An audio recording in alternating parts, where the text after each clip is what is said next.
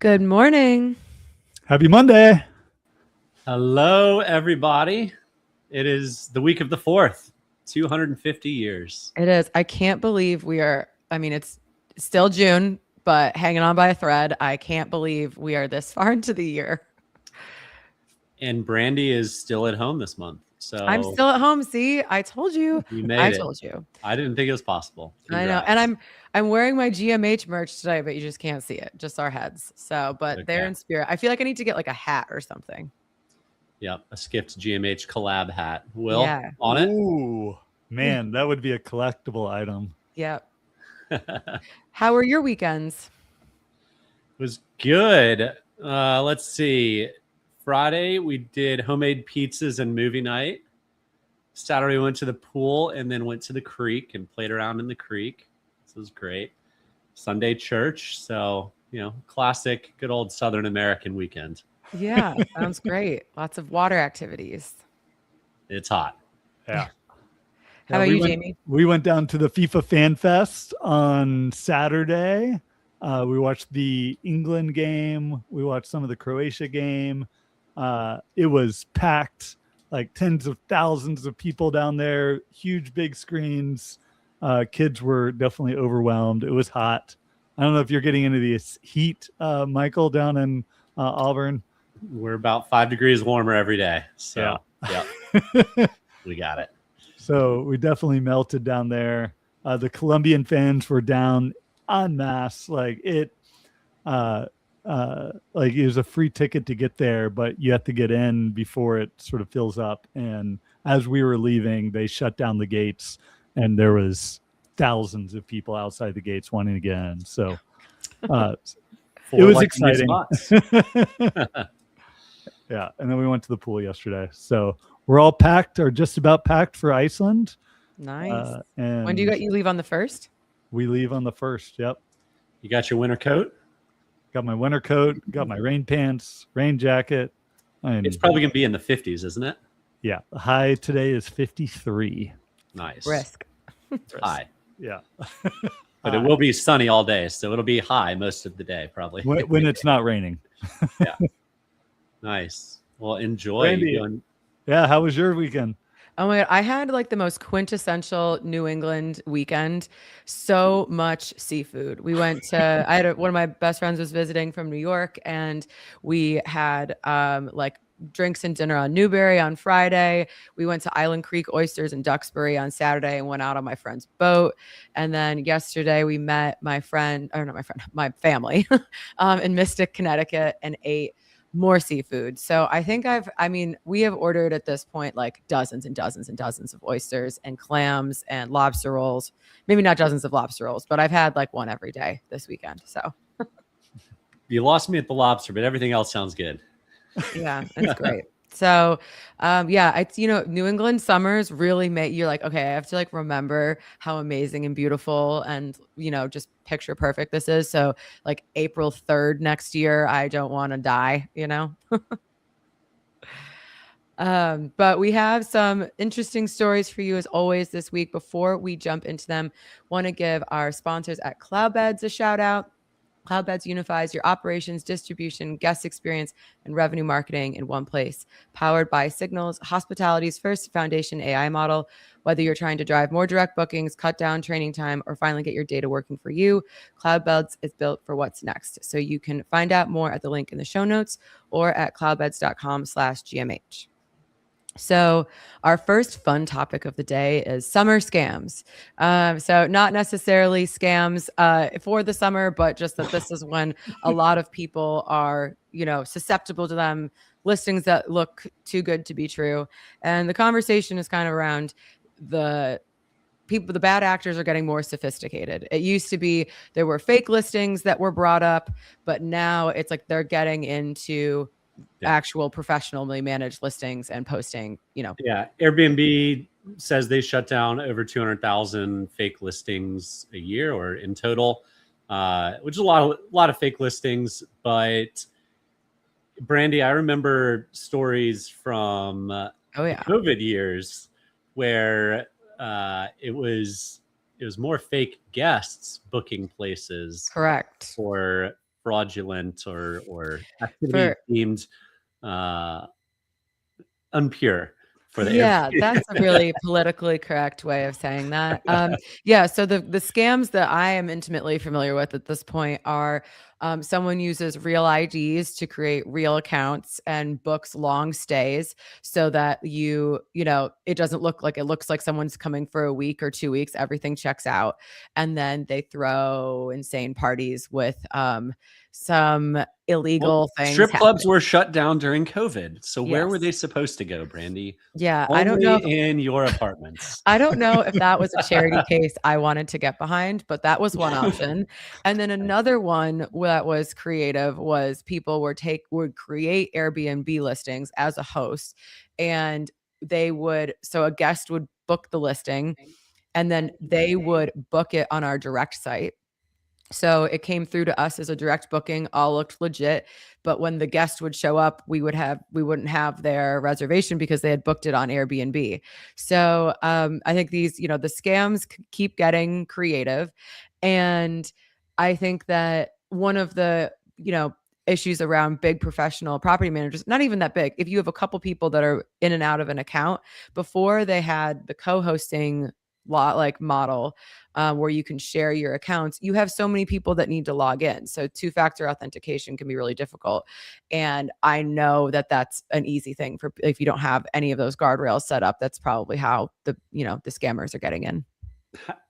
How has Airbnb not created a multi-login for PMs that have tens or hundreds or even thousands of properties? Yeah, I think they were trying to solve that with where you can co-host and you can attach your account, but that doesn't really factor in like a more professional manager at all when you're, when you have a reservations team that's handling all of those listings. It's one thing, Jamie, if it's you and your wife and you get the code and she's trying to log in, but you're at work and you're on a call and you can't respond, and then it's frustrating and can't pass it back and forth. But Brandy, in 4 different time zones with 20 different stakeholders, that's got to be not the best user experience, but not worthy of a Brandy rant yet. But no. But that's why you use a PMS, right? So you can manage all that and if Airbnb is not going to build it, then there are software providers that are and give you the ability to designate multiple accounts and people that respond only to guest messaging, AI to respond to guest messaging, all of that, right?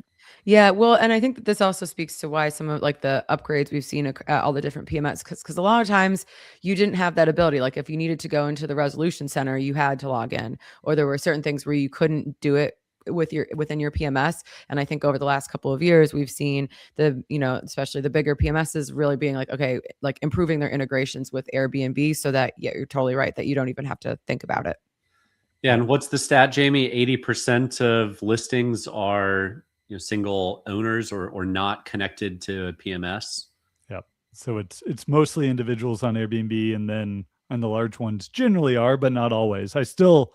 And surprisingly talk to a ton of hosts, 20, 30 listings, and only on Airbnb and crushing it there. But those, yeah. Sorry, those might be the people that are more susceptible, even less than 20. Like you only have a couple. It's like those phishing emails. It's people that are, that have great listings, are providing a great service, and it just takes one email. Like the phishing attacks. It's not like people are, dumb and not paying attention. It's that the scams have gotten very sophisticated. And if you're not super diligent, or you're in a rush because you're in the field and something crazy is happening, it's definitely an understandable kind of trap to fall into. Right. And you couldn't pick a group of people that are busier trying to juggle multiple things. Like, yeah. Do I have 10 listings or do I have 15? Do I have guests checking in today? Mm-hmm. And if Airbnb is sending an email, it must be. And what I thought was interesting though is, and some of the responses on the article was that, and one of the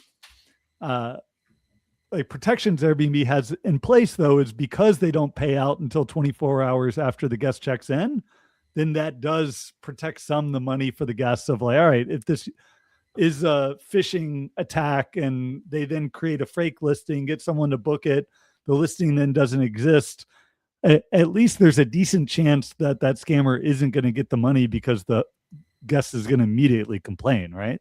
Mm-hmm. So scams are up, according to this article, 30x, but it doesn't feel like it's anywhere near an insane number. Like some of Brandy's stories were the more fun ones that I've heard in terms of navigating around Airbnb policies. But I would say the majority of the scams are on the guest side to the managers saying, oh, well, the fridge was broken, give me a refund. Fridge works fine. And Airbnb sides with the guests. I think that's a lot more scammy and happening every single day to every single operator. Right, Brandy? Yeah, I actually have one quick story on that side. We had someone who tried to get, this was a long time ago, who sent us a picture of cockroaches on the floor. And this is in Florida, and like there's cockroach. I mean, that's not an unrealistic thing, but we were like, there's something weird about this photo. And after looking at it, you're like, this is not like those bar stools that it's taken, like are not in the home. Like they had just Google image searched like white floor cockroach and sent it in. And we obviously didn't refund them. But yeah, it's people are like, people know the game. So. And now with AI, it's just so we like take this photo of the actual house, add some cockroaches in there. Like it's yeah. John says, nice new hairdo, Jamie. So looking ready for his trip.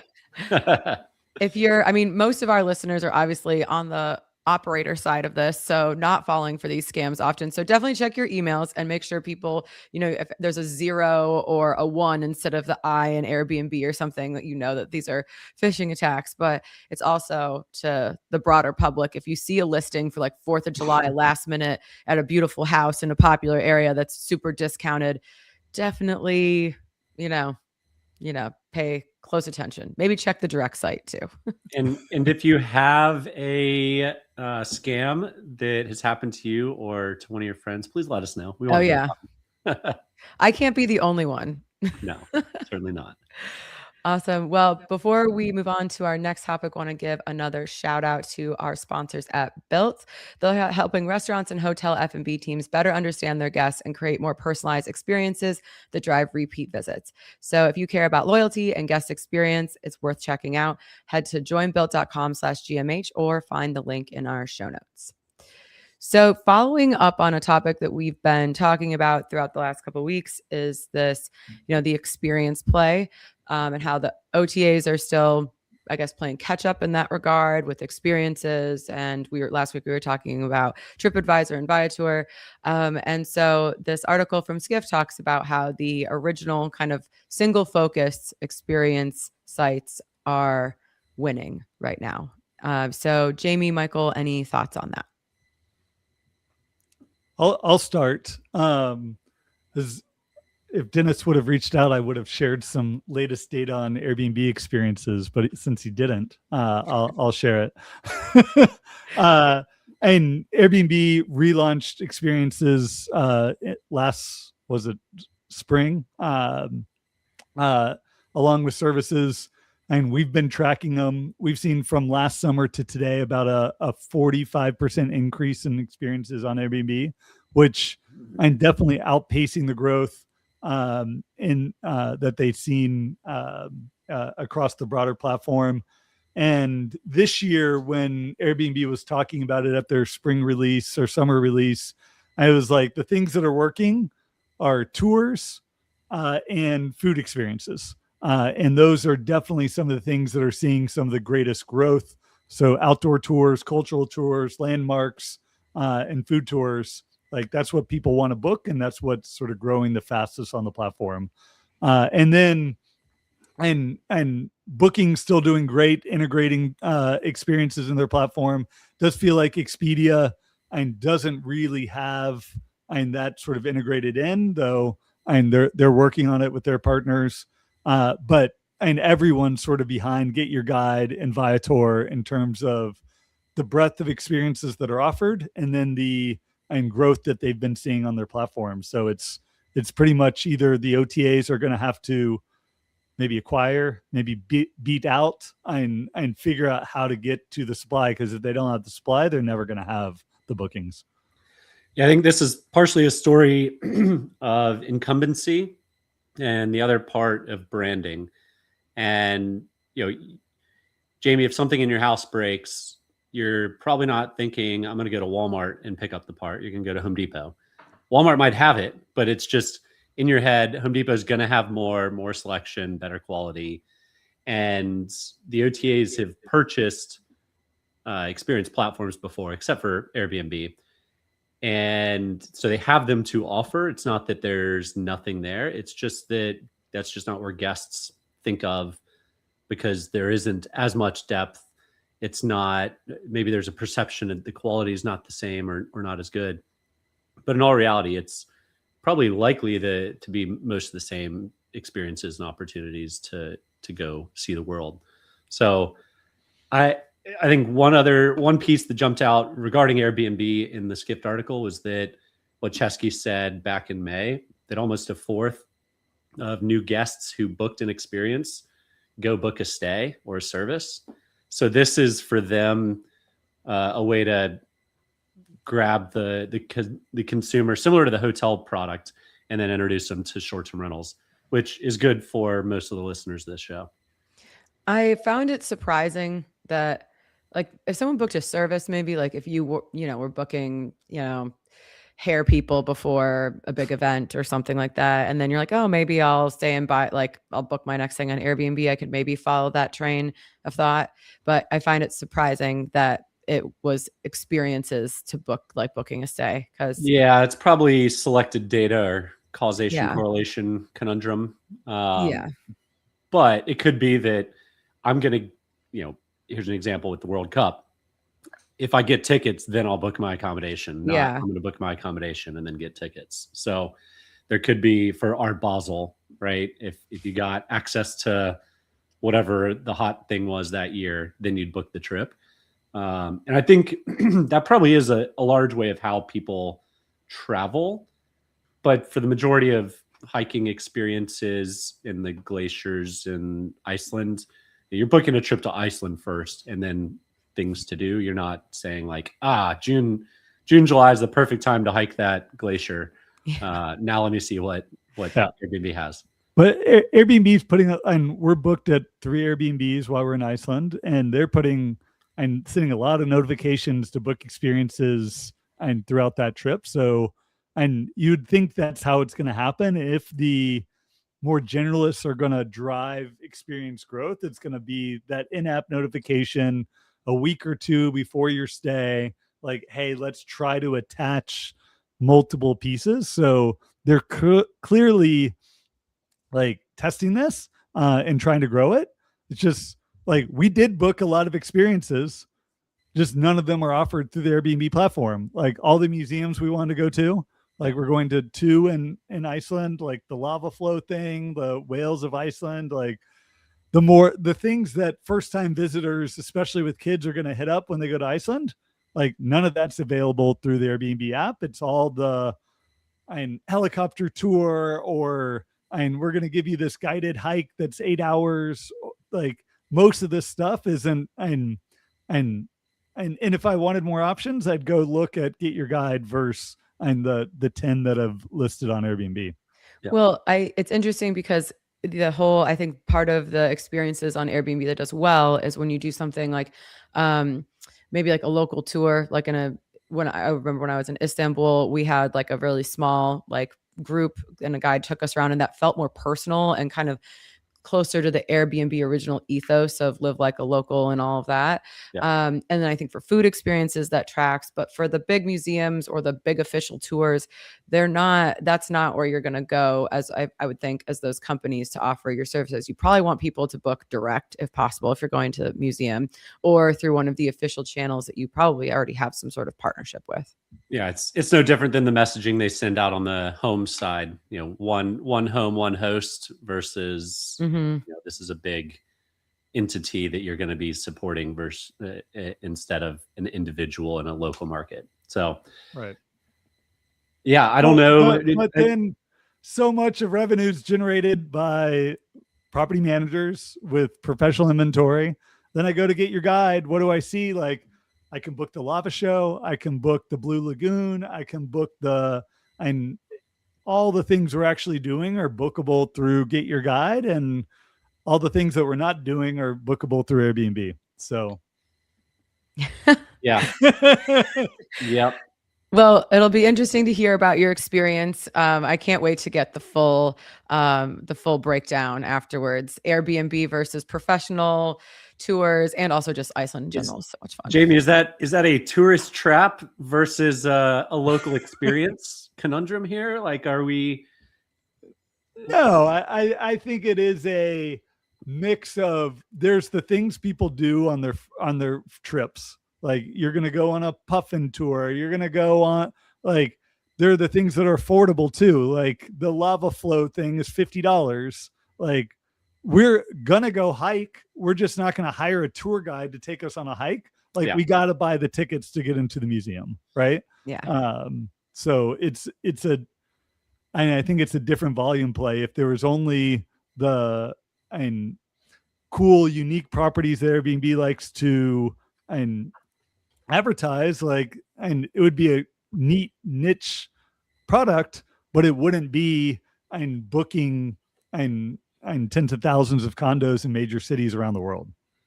Yeah. Well, before we get into our next topic, which is going to be about balance sheets, cash balance sheets on the major OTAs, who's going to buy Viator, or is anybody going to buy Viator? Is Airbnb going to continue to try and build everything themselves, or are they going to go out and buy stuff? I don't think they're going to buy Viator. I think there's too much. I mean, this isn't like a business strategy. This is more like a vibe, but like, I think there's too much at stake ego wise. And like, not just Brian, but like Airbnb as a whole, that they've really built all these things up. And that would be too much of a public purchase to like backtrack a decade of trying to get people to do their experiences. We'll see.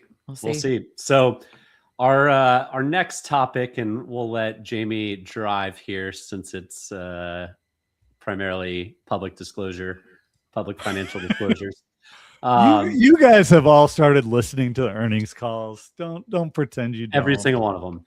So Trip is sitting on according to the article, about 50% of its cash, $15 billion, 50% of its market cap in cash, which is wildly more than every other OTA out there.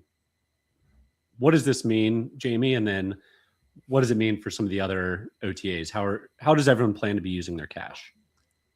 Yeah. So first off, like, this $15 billion cash pile, and it's not like they're about to go out and start outspending everyone globally in terms of buying companies.